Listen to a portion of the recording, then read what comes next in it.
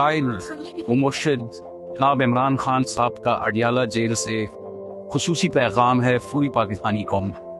कि 27 सितंबर को पेशावर में एक अजीम शान जलसे का इनेकाद होगा, जिसका मकसद हमारा इमरान खान साहब की रिहाई और पाकिस्तान में की आज़ादी की बुनियाद। इस सिलसिले में मैं इलियान पेशावर और पूरी पाकिस्तानी कौम से दस्त बस्ता गुजारिश कर रहा हूँ कि बड़ी तादाद में निकले और पूरी दुनिया को बता देते हैं कि जैसे 8 फरवरी को पूरी कौम इमरान खान साहब की कॉल पर निकली, वैसे ही 27 सितंबर बरोज हफ्ता रिंग रोड पेशावर पर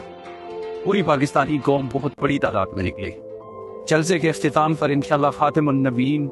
हज़रत मोहम्मद सल्लल्लाहु अलैहि वसल्लम के नाम दुरूद शरीफ